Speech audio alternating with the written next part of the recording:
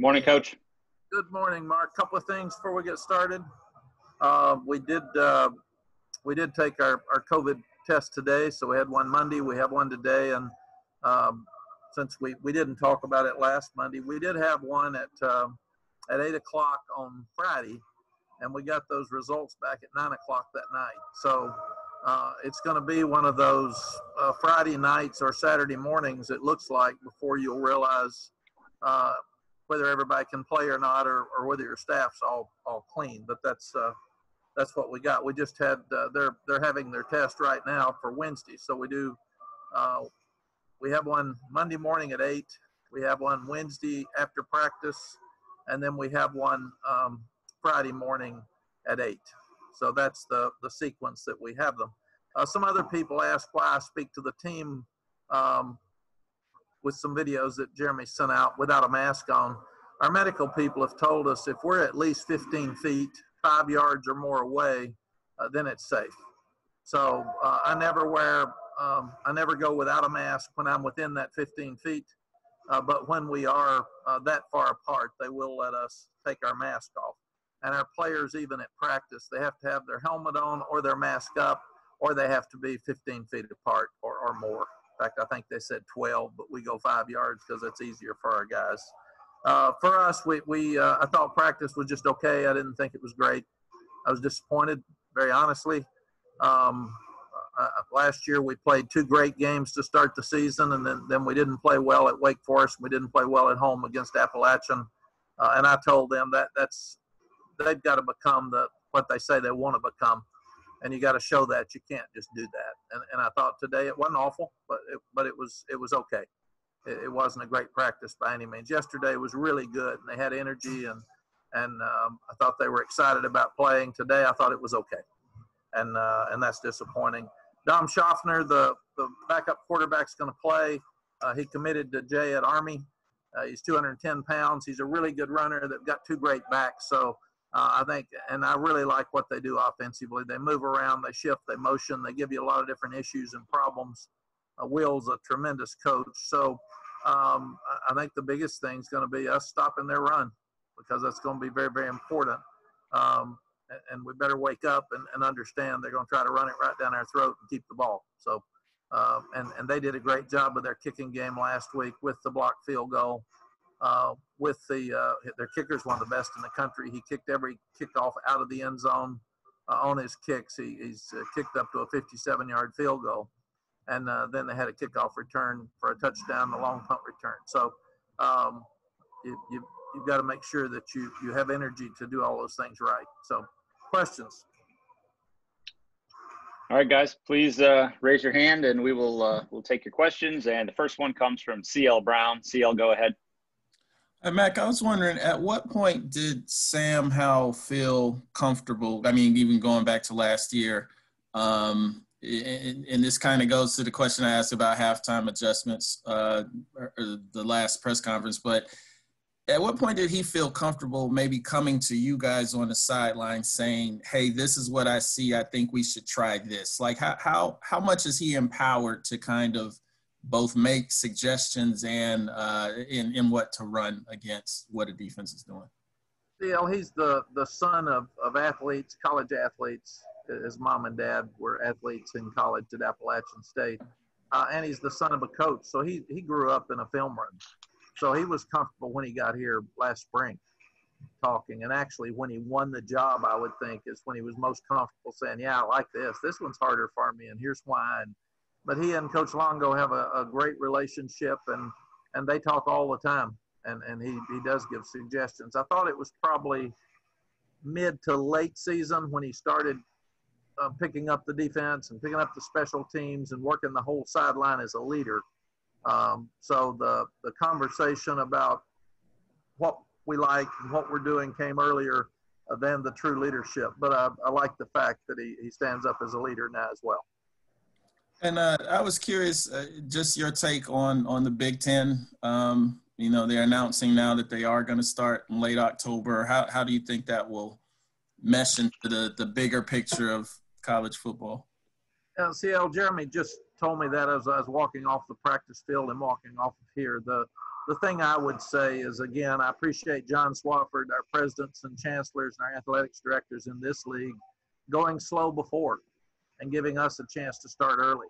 And I like the fact that we're playing, and I like how we're playing, and I like the way they're doing it. So I really can't comment on the Big Ten because I don't even know how they're playing or their structure or anything. I don't have any information or any details.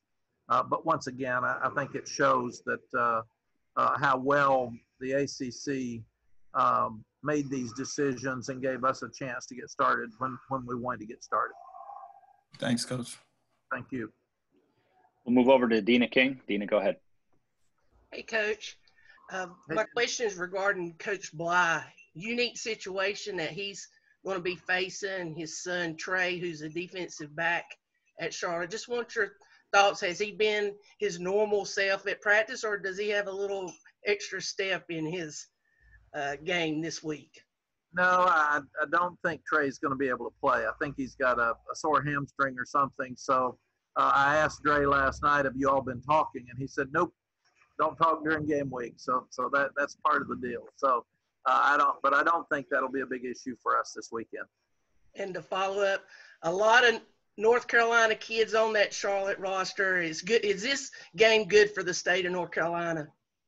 I think it is financially for sure, because I wish we could have fans and that would even get more money to both universities. But at a time where universities and athletics departments are really struggling financially, I think it's always better if you have a chance to give the money to someone within your state, therefore within your system. So I really think this is a win-win for everybody.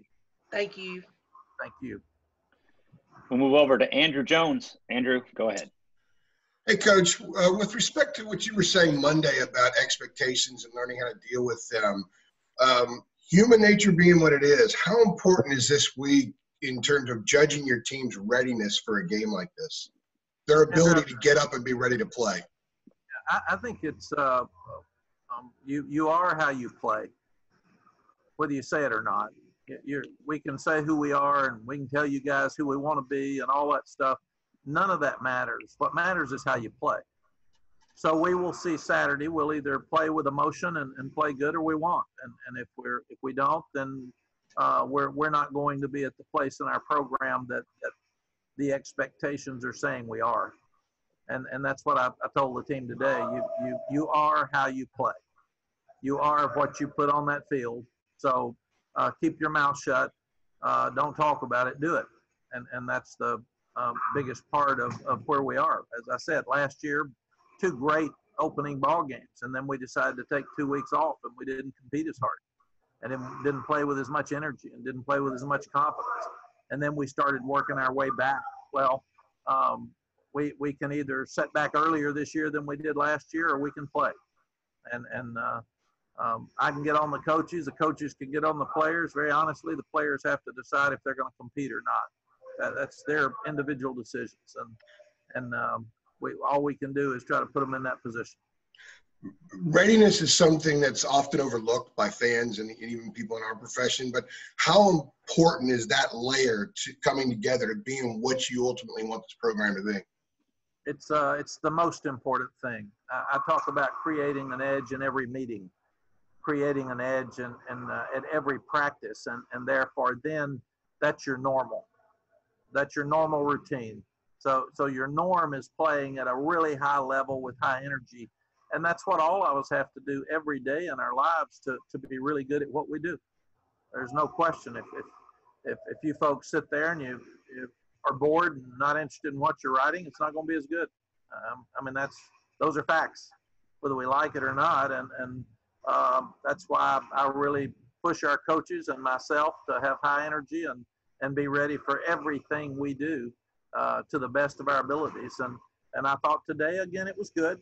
It wasn't awful, but it wasn't to the highest standard that we need, and that's what I'm expecting. Thank you very much. Thank you. Let's move to Ross Martin. Ross, go ahead. Hey, Coach, I have a series of questions here. First, with Charlotte announcing that their starter is out and the backup obviously is coming in, why would they do that? I mean, y'all are holding your injury news until Friday or Saturday. What's the advantage of them announcing who's playing at quarterback on Tuesday? Ross, what happens in a lot of cases is when you know that your starter's out, you want to keep that from being a distraction for your players who are going to be asked every day. And you just want to announce what you've got. Here's what we are. Here's who we are. Here's what we're working on this weekend. And we're going to play, and not make it gray of whether he's going to play or not. And very honestly, in most cases, if Sam Howell was out, you all would know it. Somebody would tell it. People can't keep their mouth shut. So that's just part of the deal. But I think the fact that Dom was recruited by Jay, he's a really good runner. Now we can go back and study his film, but it's going to rally their team. Everybody's going to have to step up and play better than they were going to because their starter's out. And it would be the same thing if Jace or Jacoby stepped in for us this week. Our team would rally around them and step up. So I think more than anything else, we've got to figure out now for a second week in a row, what are they going to do? And I think they'll do it at a very, very high level because they don't have their starter in there. And Dom's a really good runner. That's the other thing. He's 210 pounds. So I think we see a lot of the two big backs that they've got are really good players, and we see Dom running the ball now even more than if Chris was starting. Gotcha. And yesterday we talked to Don Chapman and Ray Vohasek, two kind of unique recruitments. With Vohasek, can you tell us, like, how'd y'all get involved? I know Fedora's staff got involved with him. Can you tell us a little bit about your recruitment of Vohasek and what you like about him as a player? Yes, Larry's staff offered him, and they were recruiting him. I think he had already taken an official visit, and with the rules of a new coach, we could have another one. And we were very impressed by him, and we needed some big bodies inside. And I will say that we thought he was a really good player on video, and we had him for 3 years. And that was something that really excited us because we didn't have a lot of great young defensive linemen. But he's much better than we thought he was, Ross. He's been his quickness, his toughness.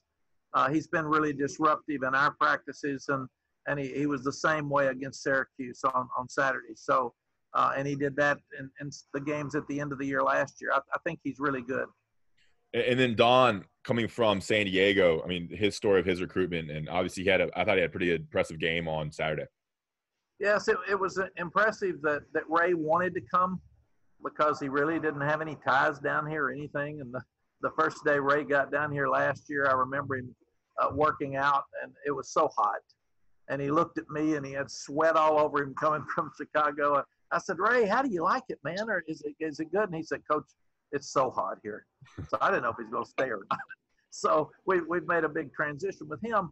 With Don, it was very similar in that Jay had recruited him for 4 or 5 days at Army and offered him and knew him, but then he got offered by all the Pac-12 schools. And, I mean, then I think committed to Washington State maybe and Colorado, but was kind of all over the place. And when we started recruiting him, I said, guys, he's not going to come here. Why would he come here? We're on the other side of the world from him. And really and truly, he's very bright. He's a great young player. I think he'll be an NFL guy before it's over. He's very intense. He makes really good grades. And I even kept asking him when USC and Washington and Oregon made a late push really hard. I said, why would you come here? And he said, Coach, I like everything about it. I just want to come. And I didn't think he would come until I got the papers. That's how much I was surprised with Don Chapman. But those two guys they're out of our footprint. They're out of our norm. We wouldn't even be looking in those areas unless it was the first year and we hadn't established ourselves in our footprint. We're not going to recruit many or any junior college players, and they've both been great surprises for us.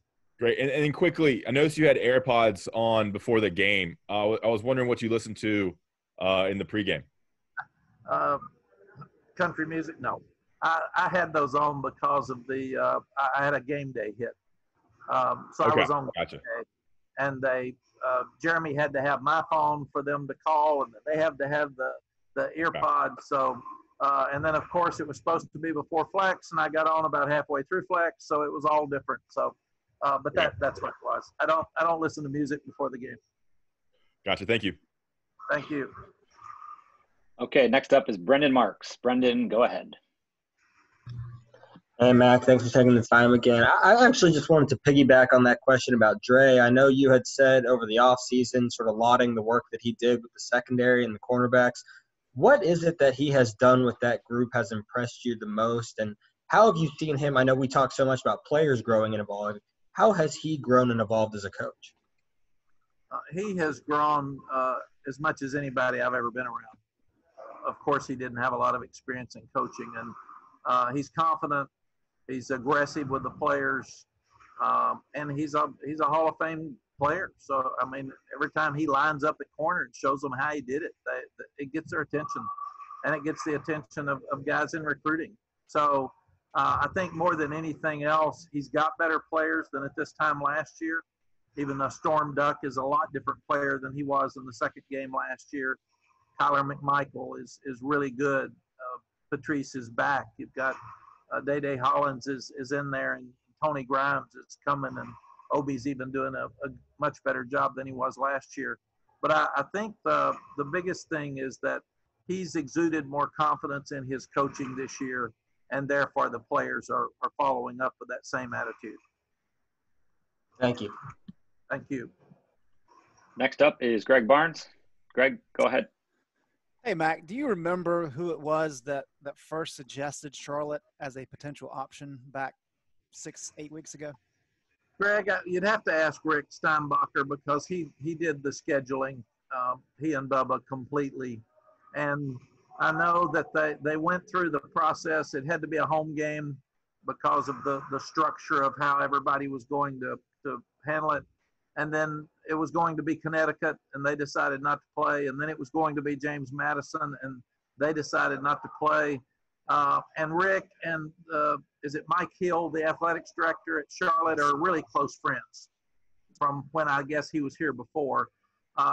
So I'm sure that they probably just talked. And I remember Will was really excited about his opener at Tennessee.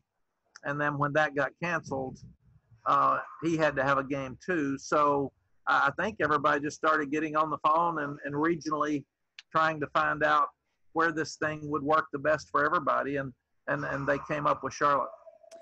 And you've been supportive of keeping talent in state, even if they don't come to UNC. You've been supportive of playing other teams in the state. Do you have kind of an idea of how you would like a schedule set up? I mean, would you like to play somebody in state annually? Greg, I haven't thought about it. What we did at Texas is we played an in-state game, or not an in-state game. We played a game with a group of 5 team, and then we played what would be considered a mid-major, and then we played a national game. Those were the 3 out-of-conference games that we played the entire time I was there, and that was the structure that was in place with the Lost Dodds when I showed up, and I thought that worked really well for us. Start with a group of 5, then play a better opponent, and then play the national opponent. I think that's what we look at here in the same way. I have not been a huge fan of playing a group of 5 school or an FCS school right before the NC State game. I'd rather open up with a group of 5 or FCS school and not play a game of that magnitude that late. I'd rather play conference games when we're down to the end and fighting to compete for a conference championship. And I understand the SEC has that model. I get it. I understand why they wanted to do it, but that would not be my style. And I think we play Appalachian 2 or 3 more times. And I was looking at the down the road schedules today. I think we play Wake Forest every year for the next 2 or 3 years, and they're not even in our division. So we're going to be playing a lot of a lot of the in-state schools. So I feel like we're playing 4 here probably for the next 3 years. Maybe not out next year. I can't remember, but then maybe 2 years in a row. All right. Thank you. Thank you. All right, next up is Art Chansky. Art, go ahead. Hey, Mac. You are way better and more accessible with the media now than you were your first time here. You are, yeah. And besides your 5 years at at ESPN. Can you explain how and why you've gotten that way when it's really not the case with most older coaches? Most older coaches go the other way, you know.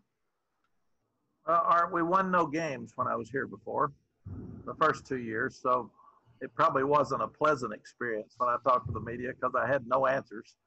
And then I think it goes through a process. I really like the way Will Healy handles the media. He's very transparent. He just says what he thinks. And for a young guy, that's unusual. With me, I think I went through phases here and at Texas. And I'm at a different place in my life where I'm very confident in what we're doing. So it's easier, and I've been in your seat.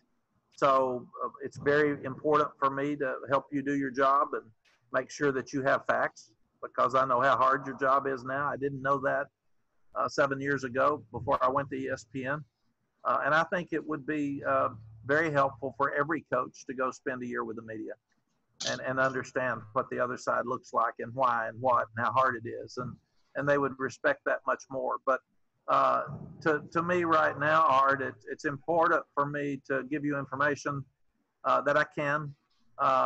And it's important that I still have to protect the privacy of our players and our coaches and not give away things that would hurt us in a ball game. But it is very important that when I sit here, I try to give you things that I think would matter to you if I was sitting in your chair. Also, one follow-up. You also so much better with social media and outreach than Carolina has ever been. I don't know where that comes from, but it's great. And on my news feeds, I see stories from Carolina every day, and I rarely see one from one of our rival schools. So kudos for that. But that all this has to have a recruiting aspect to it as well, doesn't it? Yes, Art. There's two or three important factors there. But number one, at Texas, we had to do it for recruiting. So I learned very early to get on Facebook, and Twitter, and Instagram, and do the things that we needed to do. And I want to do mine myself. That's very important. I don't want other people answering things for me on Twitter because they may mess up or they may not say it the way I would want it said. And then at ESPN, they encouraged you to do the same thing. That they wanted you to be very active in social media. And again, they allowed you to say what you felt. What's happened here, Jeremy Sharp has done an outstanding job with Billy High and Becca, his wife, with our graphics, with our releases. And so not only does it continue to keep us in touch with the top recruits in the country, but it also helps our players. I try to eat lunch with them every day. I eat dinner with them most of the time. I eat breakfast with them every morning. And I like sitting with them and asking them questions. And I said, what do you like about what's going on right now? And some top players said the other day, I like the fact that you're helping us with branding. You're helping us with exposure.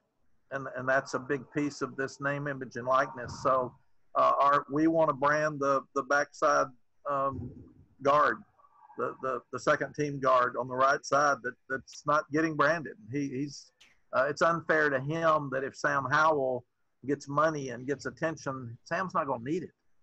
But that backup corner is going to need it, and the backup free safety. And with name, image, and likeness, nobody's talking about those guys. We're talking about the stars.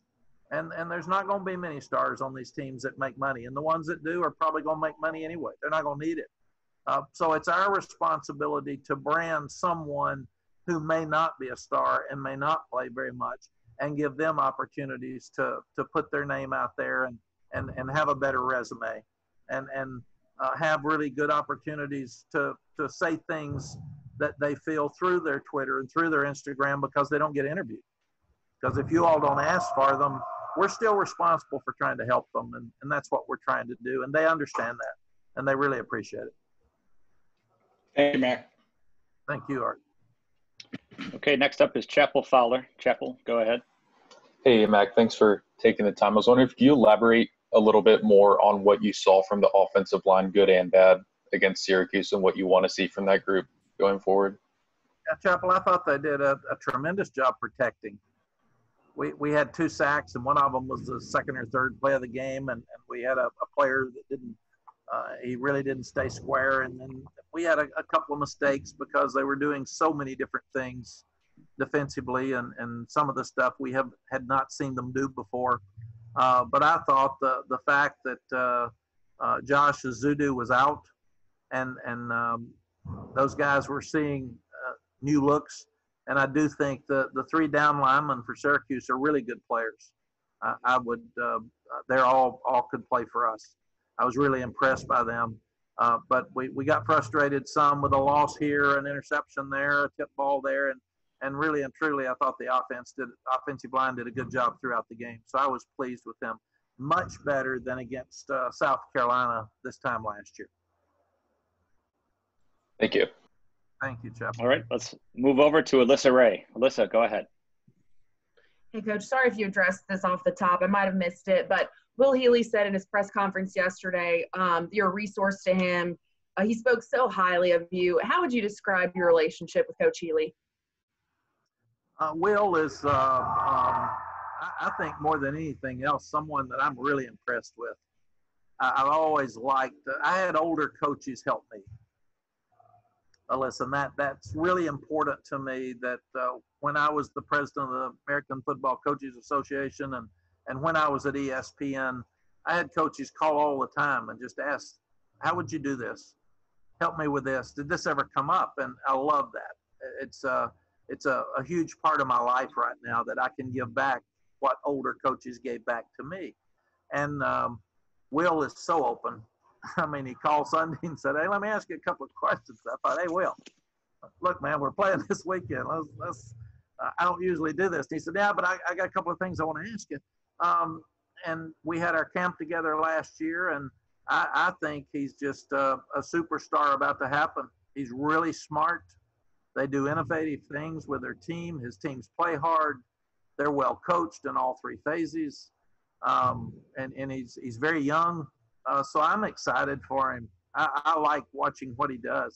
Obviously I've coached against my brother Watson when he was at Vanderbilt, and I've coached against a lot of my friends. And when you're coaching against someone you really care about, you have to block it out and just forget it on game day, and you go coach, and that's what you do. And you see them before the game and you see them after the game. But I'm really, really impressed with everything I see with Will. And I know people who have worked for him. I know people who have been around him, and everybody says the same thing. I asked Drake Bly this week, how does your son Trey like Will? He said he loves him. The players love him. They play for him. They love who he is and what he does. And Will's a guy, I played with his uncle at Vanderbilt, and out of the blue, he called me 4 or 5 years ago and said, hey, I'm Will Healy. I'd like to start asking you some questions. Is that okay? And he said, yeah. And we've become really good friends. So I can't wait to watch him grow. I think he's like I said, I think he's a superstar about to happen. And Charlotte's really lucky to have him.